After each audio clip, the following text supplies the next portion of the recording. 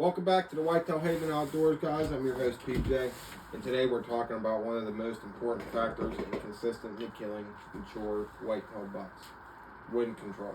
You hear about it all the time, but it's true. If you hunted long enough, you've probably heard people say you can't beat a whitetail's nose, and that's absolutely true. A whitetail deer's sense of smell is estimated to be hundreds of times better and more powerful than ours. A buck doesn't need to see you or hear you to know you're there. If he smells danger, the hunt's usually over before it begins. So today we're going to cover why scent control matters, common mistakes hunters make, and how mature bucks use the wind to stay alive, and practical strategies you can use this season to put more deer in your bow range. So let's get started. Most hunters focus heavily on trail camera pictures. They focus on food plots, they focus on standing locations. Yes, those things matter, but if the wind is wrong, none of them mean much. Think about it this way. Every time you hunt, you're leaving a scent trail. Human odor is consistently coming off your body. It's coming from your skin, your breath, your clothing, your boots, your gear. Even if you're using scent elimination products, you're only reducing the odor, you're not eliminating it. A mature buck has survived multiple hunting seasons because he relies on his nose. He trusts it more than his eyes and ears. One of the biggest mistakes hunters make is believing that scent sprays make them invisible. Scent control products can help reduce odors, but they're not magic. If you haven't showered in 2 weeks or a couple days, you still smell them. They're still going to smell you no matter how much scent elimination you put on. You're going to get noticed, you're going to get smelled. If a buck gets directly downwind of you, he's probably going to know you're there. The best scent control in the world is hunting the correct wind. Me and Greg have conflict about this all the time. He says it don't matter, but it does matter. And I've proven that point to him millions of times. Now, let's talk about how mature bucks use the wind. A mature buck rarely moves carelessly. He wants every advantage possible. When traveling from bedding to food, he'll often position himself in the wind, carrying information to him. So he always puts his nose towards the wind. In hill country, bucks often bed where they can use both wind and terrain to detect danger. They may bed on points, military crests, or hillsides where they can smell what's above them while watching what's below them. Pretty smart animals they're hunting there. The combination of sight, smell, and terrain is what keeps mature bucks alive. They're not mature for no reason. They're not like a 2.5-year-old buck that's going to walk out there and put himself up for adoption. So this combination of sight, smell, and terrain is what keeps mature bucks alive. Let's discuss stand placement. Many hunters place stands based on where they want deer to be rather than wind, or wind to allow them to hunt. A much better approach is to identify a location that deer naturally use and then determine which wind direction will allow you to hunt that location without contaminating the area. You may have a stand that's only huntable during a north wind. That's okay. In fact, some of the best stand locations are only huntable a few days each season. That's why I have multiple. I hunt on an 11-acre parcel, but I have multiple permission farms I hunt for bad days, for bad wind days down here that might be good wind days on the permission piece. Patience is one of the best keys to success. Another common mistake is forcing the hunt because conditions look good otherwise. Maybe it's the rut. Maybe you finally got a trail camera picture of a giant buck. Maybe it's your day off. If the wind's wrong, you're often better off staying out. Burning a spot can cost you an opportunity for the rest of the season on that mature buck that you've been chasing for 4.5 years. So it's just best to stay out if you ain't got the right wind. And I know it's hard to do. It's easier said than done. But if you ain't got the right wind, you're gonna blow a spot up that don't need to be blown up, that you could potentially kill that mature giant buck out of it you've been hunting for you've been watching for 3 years and you've been wanting to wait. You know, you wait until he's mature and then you go in there and you blow the spot up. It's just not good.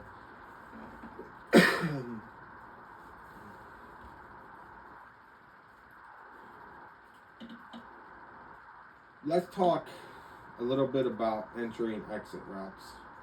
Even if the wind is perfect at your stand, you can still ruin a hunt by walking through areas deer use. So that's walking on a deer trail.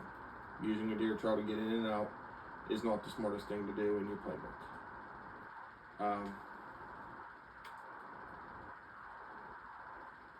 Think about where your scent is drifting during your approach. Is it going to be blowing into the bedding area that's 60 yards in front of you? Is it going to be blowing and circling the deer that's sitting on that ridge, bedded on that ridge? There's just stuff that you need to think about where your scent's going to be drifting. If your scent is blowing in bedding cover while you're walking in, you've already educated that deer before you even climb into your stand. The best hunters don't just think about the wind at the trees, they think about the wind during the entire hunt. That includes entry routes, stand locations, shooting opportunities, and exit routes. Now, let's talk a little bit about thermal currents. This is something many hunters look over. Thermals are air currents created by temperature changes. So, in the morning, the air rises, in the evening, it settles. Or no, I said it backwards. No, I said it in the morning. As the sun, the ground the air tends to rise in the evening. Yeah. This is especially important in hill country. You may have a steady west wind, but thermal movement can carry your scent in a completely different direction. Many hunters get busted because they look at the wind direction and ignore the thermals. I'll tell you guys what, learning how thermals affect your property can dramatically improve your success. One great way is to learn by using the wind indicators. Milkweed is another one of the best tools available. Drop milkweed fluff into the air and watch what happens. You'll often discover that your scent's traveling where you thought it was. This information can help you better your stand decisions and overall improve your hunting. Now, let's talk about scent control practices. While you can't eliminate all human odor, you can reduce it though. Wash your hunting clothes separately. Store clothes in scent-free containers. Greg uses a foot locker. I use my scent crusher with my ozone. Shower before hunts. Now, I'm not saying when you shower use Old Spice, but they do make scent-free soap. Use that. Scent-free shampoo. Keep your boots clean. That's another good thing. You can walk through your yard and step in a pile of dog doo-doo. There you are, and then you don't even know about it, and you track it into the woods, and that deer smells you. So check the boots before you walk in. I have done that before. I stepped into a pile of dog doo-doo, a landmine, dog doo-doo, walked and got it all over my platform, my tree stand. And I was smelling dog doo-doo, and I couldn't understand why. And then I looked down, and it was on my boots. So that day I didn't see anything. Avoid fuel stations and strong odors while wearing your hunting clothes. If you're on your way to private land in the morning and you gotta stop and get fuel, I would probably wait to wear my hunting clothes until I get to where I'm going, then I would put them on. I'm not saying go into the store in your boxers, but if you got thermals on, you can wear them. These practices, like I said, won't make you invisible, but they'll help you reduce your scent footprint. But however, remember this. Good wind management will always outperform expensive scent products. You ain't got to go spend thousands of dollars on scent products when you could just play the wind right. And hunting pressure.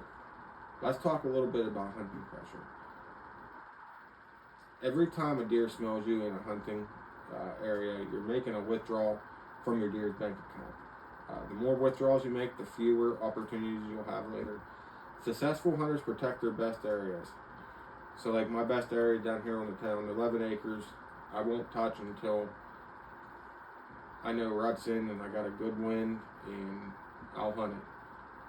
If I ain't got a good wind till the last day of archery season, I won't even touch it. I'll just hunt the last day. I'll hunt my other spots. You want to avoid unnecessary scouting. If you got cellular cameras set up You already know what's walking in and out there. You don't need to go in there and check. Most people don't run standard trail cameras anymore, unless you're old fashioned. So you don't really need to go in there and check pull your SD card out. You can check it. I try to avoid hunting stand when conditions aren't right. I treat every hunt as an investment. The goal isn't simply to hunt. It's just the goal is to hunt effectively. If that makes sense. One strategy I love maintaining is multiple stand locations for different wind directions. So there's a piece on here that I'm good with a north or northwest wind. I'll hunt that if I go north or northwest. I won't touch one of my other stands because chances are they're bad. I won't go in there. I'm gonna blow that area up. Instead of forcing one spot, build a system. Have a north wind stand, south wind stand, east wind stands, west wind stands. This flexibility allows you to hunt more often while keeping a deer comfortable. Now, let's talk about something that's big. I'm talking about the rut. Many hunters believe wind matters less during the rut. Yes, it could be true because they're less on alert. They're more after finding their lover for the day or for a few days. Their bucks are moving more and making more mistakes than what they would usually make during the early season. But just because it's a rut doesn't mean the mature bucks or deer don't use their noses. Some of the biggest bucks harvested every year are killed because hunters correctly predict how bucks will use the wind while searching for does. So that's another way to keep your, how to watch is using your trail cameras to pattern them deer. Even during peak rut activity, wind remains critical. Now, let's cover a final mindset shift. Yeah. Stop asking yourself, "Can I hunt today?" Instead, ask, "Should I hunt today?" There's a huge difference because just because you have time doesn't mean conditions are right. The hunters who consistently tag mature bucks are often most disciplined. They wait, they plan, they stay out until the conditions favor them. That's the patience that pays off. As we wrap up today's episode, remember these key points. You can't beat a deer's nose. Wind directions matter. Thermals matter. Entry and exit routes matter. Scent control helps but does not replace proper wind management. And most importantly, mature bucks survive because they use wind better than most hunters understand. Learn how the wind works in your property. Carry milkweed, pay attention to thermals, and be patient. And only hunt when the conditions are in your favor. Thank you for listening to Whitetail Haven Outdoors. If you enjoyed today's episode, make sure to subscribe, leave a review, and share this episode with other hunters who want to improve their success this upcoming season. Until next time, hunt smart, stay safe, and we'll see you guys in the woods. What do you think about that one?